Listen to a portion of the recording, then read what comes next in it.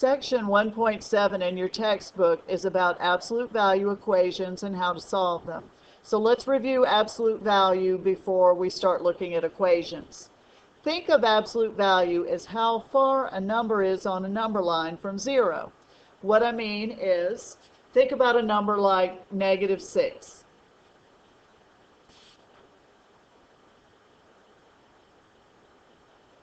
How far is -6 from 0? Well, if you count spaces, it would be 6 spaces.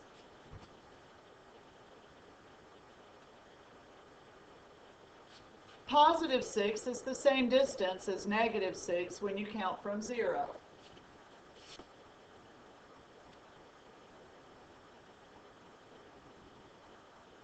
It's just in a different direction. It's in the opposite direction. You've probably looked at questions like this before. What is the absolute value of -7?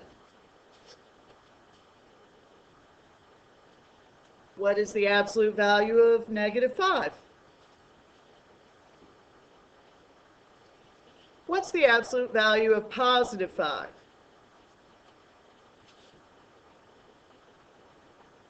It's not -5, it's +5, because -5 and +5 are the same distance from 0 on the number line. So absolute value doesn't make positives the opposite sign. It just says, basically, what's the positive value of the number? So here's a short equation. Now let me take part of this away.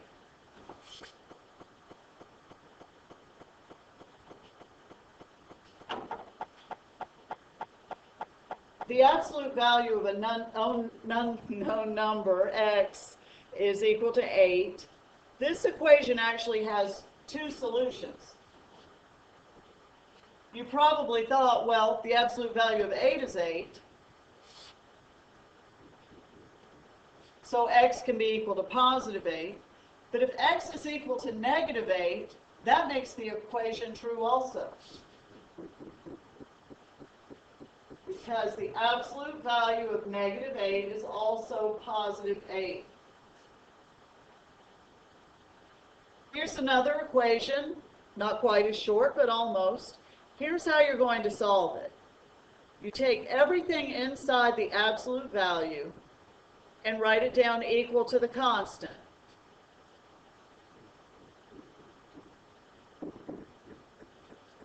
Don't make any changes to what's inside the absolute value. Just copy that x plus 3 and write it equal to the constant 17. But the other equation looks like this.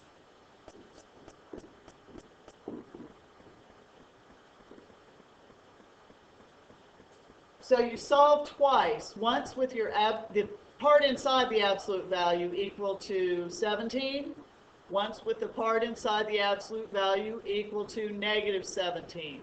When you solve, you can forget about the fact that this ever was an absolute value equation. Just solve each equation separately.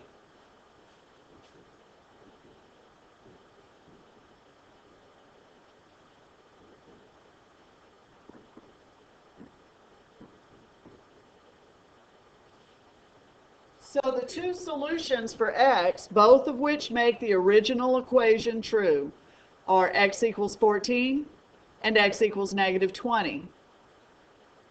You put either one of those inside the absolute value in place of x, simplify, and you'll see that you get a true equation. Here's another one. Now, be careful here. Some people say, oh, I see a negative inside absolute value, so I bet that's going to become a plus. That's not how it works. Just take whatever's on the inside exactly the way it is, pull it out, but what do you change? You change the +30 to a -30 for your second equation. I'll set the microphone down and solve them both.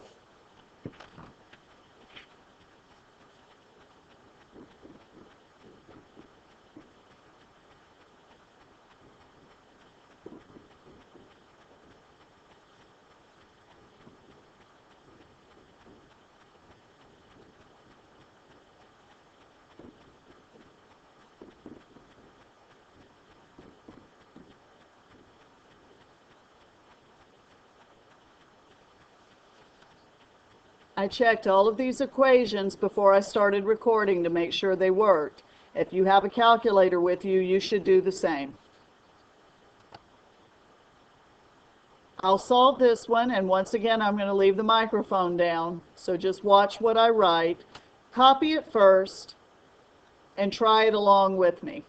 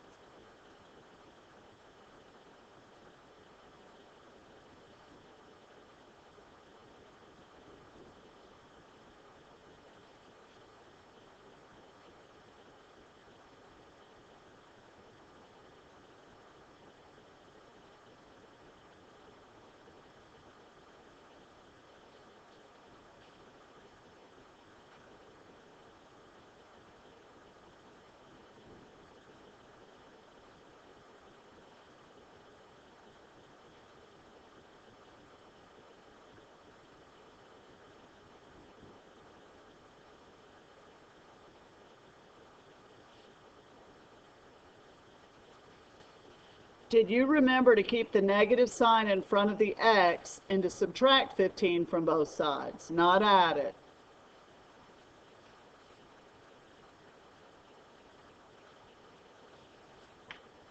Here are the steps that we go through to solve absolute value equations. In each example that I just did, the first step was already done for you. The absolute value part was by itself.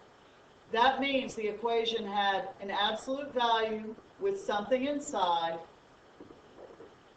equal to a constant. I wrote two equations and then I solved each one. Here's one where the absolute value is not isolated. There's a number outside the absolute value. The 8 right outside the absolute value sign means 8 times the absolute value of x plus 6. So to undo that and isolate the absolute value part, divide by 8.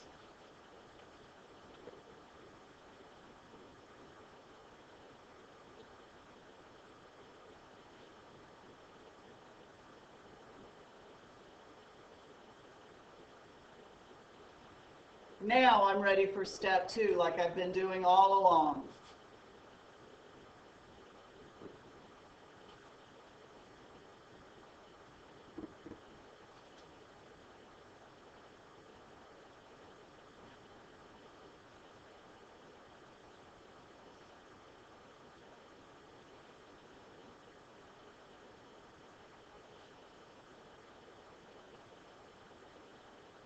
Don't try to divide the x plus 6 inside the absolute value with that 8. Just 8 times something to get rid of that 8, divide by 8.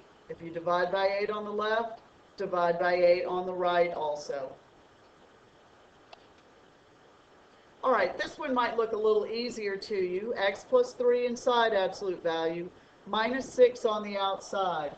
Don't write two equations until you've got the absolute value part by itself.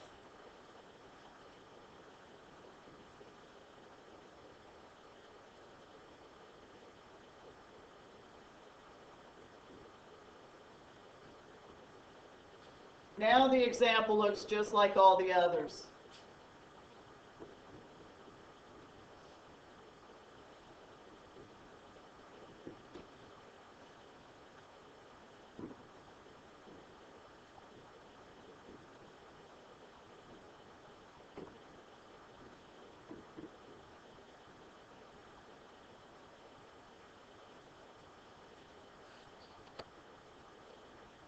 These three problems are interesting because look at the very first one and think about this. When you make the absolute value of anything, positive or negative, a variable, a bunch of numbers, doesn't matter what it is, you'll never get a negative response. That's absolute value means non-negative. No longer are we going to be negative. So there's no x in the world that you can put into the first equation there and get negative 8 for the answer. This is the first example that we've had together of an equation with no solution. If you look at x plus 4 underneath it, same situation. Doesn't matter if you add 4 to a number, subtract 4, anything else. Once you take the absolute value, you won't get a negative 7. But you might not be able to tell that on the third longer example. But let me go through the steps of isolating and you'll see what happens.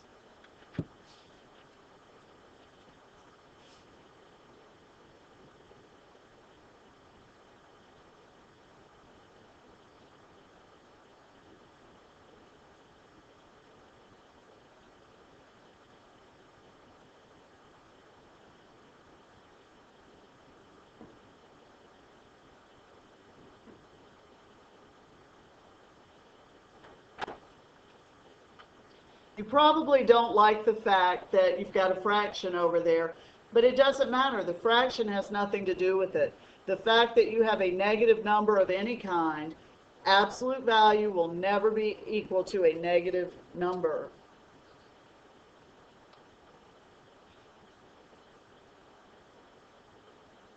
Look at this equation and think of what you would do to solve it. I'm going to go through the steps up here. You should be solving it too. You can pause as you need to, look up at the equation and see if you did the same thing that I did.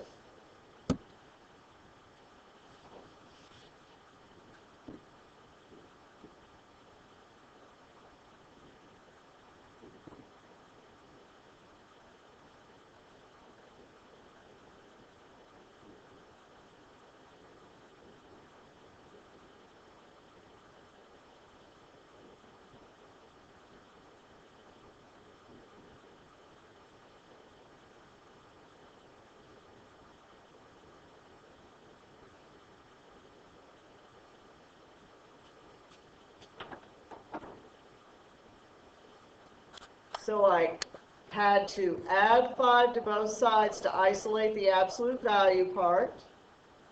When I have absolute value equals a constant, I write what's inside the absolute value exactly the way it appears equals the constant, and the exact thing I have inside the absolute value, x minus 3, equals the negative of that constant. I solve each equation and get 2 different answers for x. Now, to make sure you understand, you need to try these textbook examples. It's not many and they're not very long, but you should look at the reading before page 137 if you get stuck on how to do it. So write these down. You can use the same page. The title should be Video 9, Section 1.7, Absolute Value Equations.